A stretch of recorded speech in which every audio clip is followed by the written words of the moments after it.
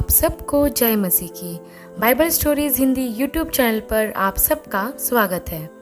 आज मैं आपको एलिशा के 6 आश्चर्य कर्मों के बारे में बताने वाली हूँ। वैसे तो एलिशा ने कई अद्भुत आश्चर्य कर्म इजराइल में किए हैं, लेकिन आज मैं आपको उसके 6 आश्चर्य कर्मों के बारे में बताऊंगी, जिसका वर्णन आपको राजाओं की दूसरी पुस्तक और उसके 2 अध्याय से लेकर 6 अध्याय तक देखने को मिल जाएगा।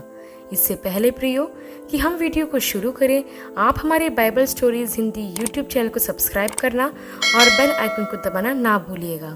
तो आइए प्रियो, हम वीडियो को शुरू करते हैं। यह उस समय की बात है जब परमेश्वर के दास एलिया का 2 गुना अभिषेक एलिशा को मिला, क्योंकि प्रियो एलिशा ने एलिया से कहा था कि तुझ में जो आत्मा है उसका दूना भाग मुझे मिल जाए। तब एलिया के स्वर्गारोहण के बाद एलिया की आत्मा का दूना भाग एलिशा को मिल गया। एलिया के स्वर्गारोहण के बाद जब एलिशा वापस लौट रहा था तो उसने उस चादर को जो एलिया के ऊपर से गिरी थी पकड़कर यरदन नदी के जल पर मारी और यरदन नदी का पानी 2 भाग हो गया और एलिशा यरदन नदी के बीच से सूखी भूमि पर होते हुए उस पार हो गया।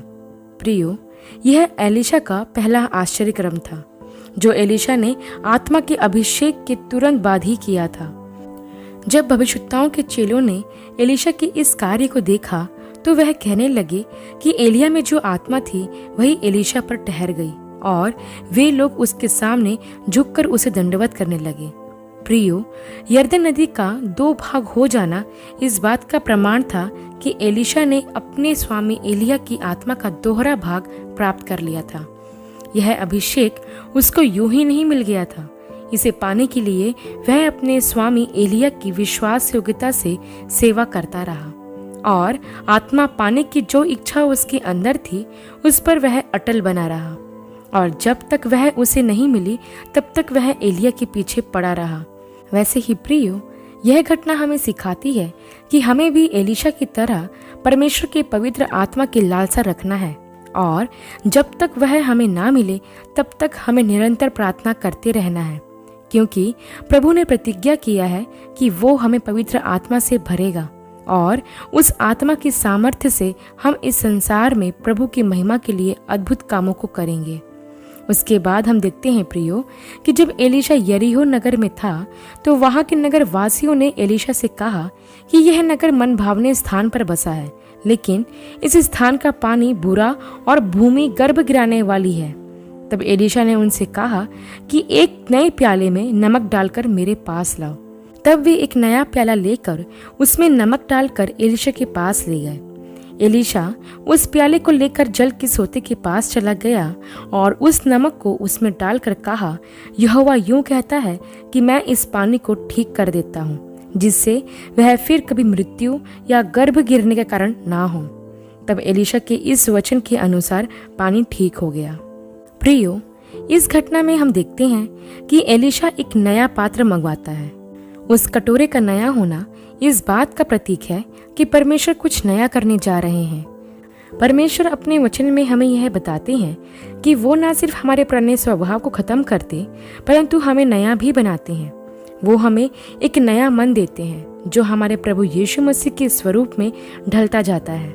यही नहीं प्रियो, इस घटना में हम देखते हैं कि एलिशा जिस नगर में था उस नगर का नाम यरीहो था, और यहोशू की पुस्तक में बाइबल हमें बताती है कि यरीहो एक श्रापित नगर था और उस श्राप का असर वहां के पानी में भी था, जिसके कारण वहां का पानी ना तो पीने लायक था और ना ही फसल उपजाने के लायक था। लेकिन हम देखते हैं कि परमेश्वर के दास एलिशा के द्वारा उस श्राप को जो सदियों से चला आ रहा था समाप्त कर दिया। जब एलिशा ने उस सोते में नमक डाला तो वह पानी पीने लायक तथा फसल उपजाने लायक बन गया। वैसे ही प्रियो, हमारे जीवन में भी हम चाहे जितने भी सालों से श्राप के बंधन में क्यों ना हो, प्रभु यीशु मसीह उस श्राप को समाप्त कर सकता है, वो भी हमेशा के लिए, क्योंकि प्रभु के पास वह सामर्थ और अधिकार है जिससे वह हर एक प्रकार के श्राप को, बंधन को तोड़ सकता है और हमें एक उपयोगी पात्र बनाता है। प्रियो, इसके बाद हम देखते हैं कि जब एलिशा यरीहो से बैतल की ओर जा रहा था तो उस नगर के कुछ छोटे लड़के निकलकर एलीशा को चिढ़ाने लगे और उसका ठट्टा करके कहने लगे, हे चंदुए चढ़ जा, हे चंदुए चढ़ जा। तब एलीशा ने पीछे मुड़कर उन लोगों पर दृष्टि की और यहोवा के नाम से उन्हें श्राप दिया। तब जंगल में से 2 रिछनियों ने निकलकर उन लड़कों को, जिनकी गिनती 42 थी, फाड़कर मार डाला। और फिर वह वहां से करमेल को गया और करमेल से फिर वह शोमरोन को चला गया। प्रियो, इस घटना में ध्यान देने वाली बात यह है कि वहां पर ये सभी लड़के मिलकर परमेश्वर के दास एलीशा का मजाक उड़ा रहे थे। एलीशा के सिर के ऊपर के बाल नहीं थे, वह चंदुआ था, और जब वह मार्ग से गुजर रहा था तो वे सभी लड़के एलीशा के उस गंजेपन का ठट्टा करने लगे, जिसके कारण एलीशा उन पर बहुत क्रोधित हुआ। प्रियो, यहाँ हमारे लिए एक चेतावनी है कि हम किसी की भी शारीरिक बनावट का मजाक ना उड़ाएं, विशेष करके परमेश्वर के दासों का तो बिल्कुल ही नहीं, क्योंकि परमेश्वर के दास परमेश्वर की आत्मा से अभिषिक्त होते हैं। और यदि हम किसी अभिषिक्त का ठट्टा करते और उनका मजाक उड़ाते या उन्हें अपमानित करने के लिए कुछ कहते हैं, तो परमेश्वर का क्रोध हम पर भड़कता है तथा फिर हमें दंड भी मिलता है, क्योंकि परमेश्वर के अभिषिक्तों को अपमानित करने का मतलब परमेश्वर को अपमानित करना होता है। इसलिए हम अपने जीवन में प्रभु के दासों को कुछ बोलने से पहले सावधान हो जाए और ना ही उनका मजाक उड़ाए। प्रियो, जब एलीशा ने उन लड़कों को शाप दिया तो आप ऐसा सोच रहे होंगे कि उसने ऐसा क्यों किया। प्रियो, वो लड़के कोई अच्छे लड़के नहीं थे, वह पूरी तरह से बिगड़े हुए तथा आवारा लड़के थे। अगर एलीशा उन्हें शाप ना देता तो ये लड़के आगे चल के परमेश्वर के दासों का और भी अधिक अपमान करते और उनका ठट्टा उड़ाते।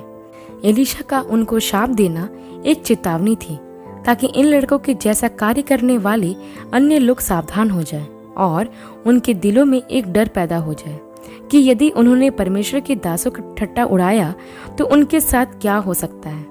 इस घटना में हम यह ध्यान दे प्रियो कि एलीशा ने सिर्फ उन लड़कों को शाप दिया था। उसने ये नहीं कहा था कि जंगल से कोई रीछ निकल कर इन लड़कों को खा ले, बल्कि यह काम यहोवा के द्वारा किया गया था। परमेश्वर ने ही रीछों को निर्देशित किया ताकि उनके द्वारा परमेश्वर का न्याय उन लड़कों पर आए, क्योंकि एलीशा परमेश्वर का जन था और एलीशा की ओर से उसका न्याय करने वाला भी यहोवा ही था। इसके बाद हम एलीशा के एक और आश्चर्यकर्म की घटना को देखते हैं जो गिलगाल में हुई। उस समय उस देश में अकाल पड़ा था और भविष्यवक्ताओं के चेले एलीशा के सामने बैठे हुए थे।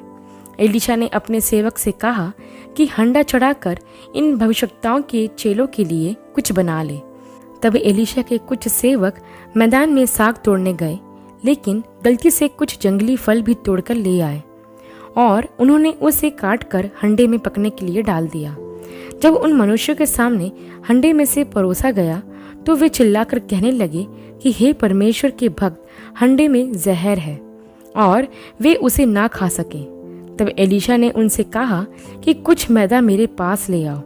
तब उसने उस मैदे को हंडे में डाल दिया और अपने सेवकों से कहा कि अब उन मनुष्य को इस हंडे में से परोसो। तब उन मनुष्यों ने हंडे में की उसी भोजन को खाया, लेकिन वह पहले जैसा जहरीला नहीं रहा।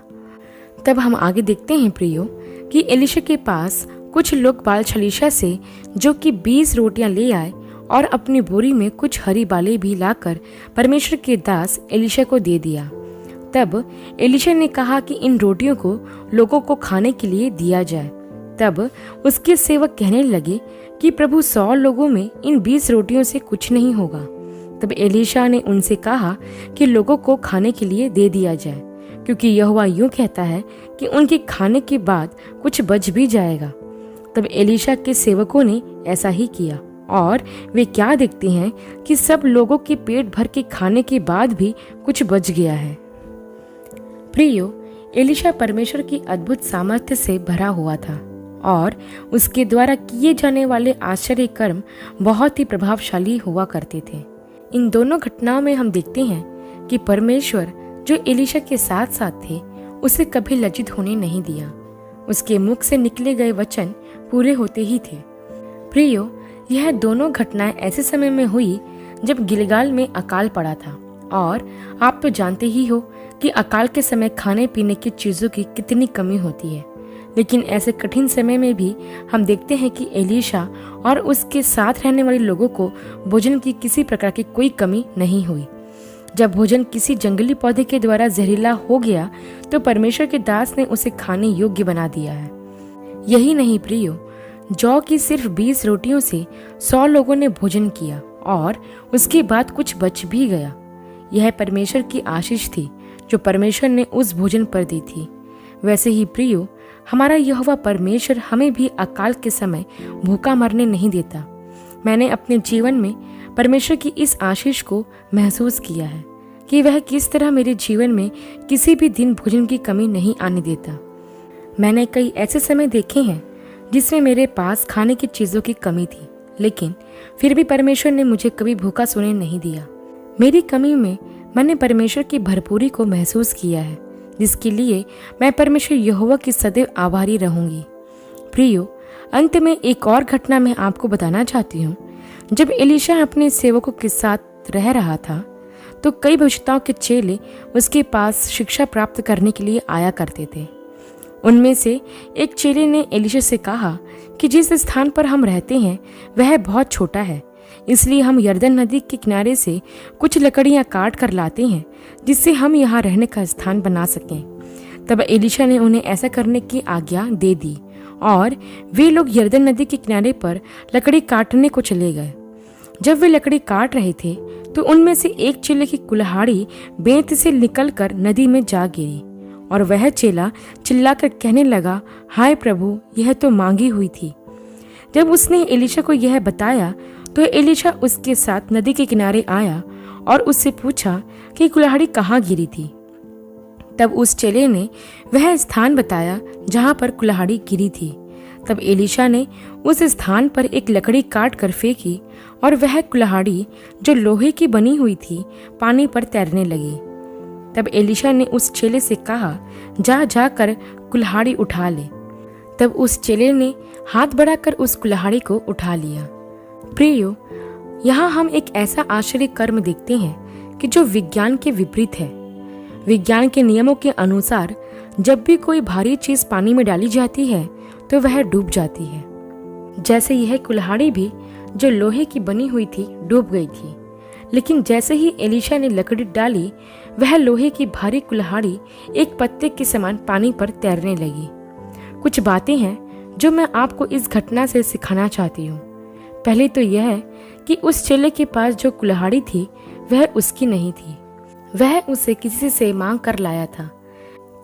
वैसे ही हम में जो आत्मा है वह हमारा नहीं है, वह किसी ने हमें दिया है और जिसने हमें आत्मा दिया है उसे हमें वापस लौटाना है। सबोपदेशक की पुस्तक और उसके 12 अध्याय के 7 वचन में लिखा है कि मिट्टी ज्यों की त्यों मिट्टी में मिल जाएगी और आत्मा परमेश्वर के पास जिसने उसे दिया है लौट जाएगी। हाँ प्रियो, वचन इस बात को स्पष्ट करता है कि आत्मा परमेश्वर के पास जिसने उसे दिया है वापस लौट जाएगी। लेकिन सवाल यह है कि हमने उस आत्मा का क्या किया। हमने इस संसार में उस आत्मा को खो दिया, संसार की बुराइयों में, अनैतिकताओं में और नाना प्रकार के व्यसनों में। दूसरी बात प्रियो, कि जब एलीशा ने उस चेले से पूछा कि कुल्हाड़ी कहाँ गिरी थी, तब उस चेले ने एलीशा को वह जगह बताई। प्रियो, वह चेला उस जगह को भूला नहीं था जिस जगह पर वह कुल्हाड़ी गिरी थी। वैसे ही प्रियो, हमें भी यह याद रखना बहुत जरूरी है कि हमने अपने उद्धार को, अपने अनुग्रह को और अपनी आशीष को कहाँ खो दिया है। तीसरी और अंतिम बात प्रियो, कि जब वह कुल्हाड़ी पानी पर तैरने लगी तो बाकी का काम चेले को करना था। उसे पानी में जाकर कुल्हाड़ी को उठाना था। वैसे ही प्रियो, परमेश्वर ने हमारे लिए सारा प्रबंध कर दिया है।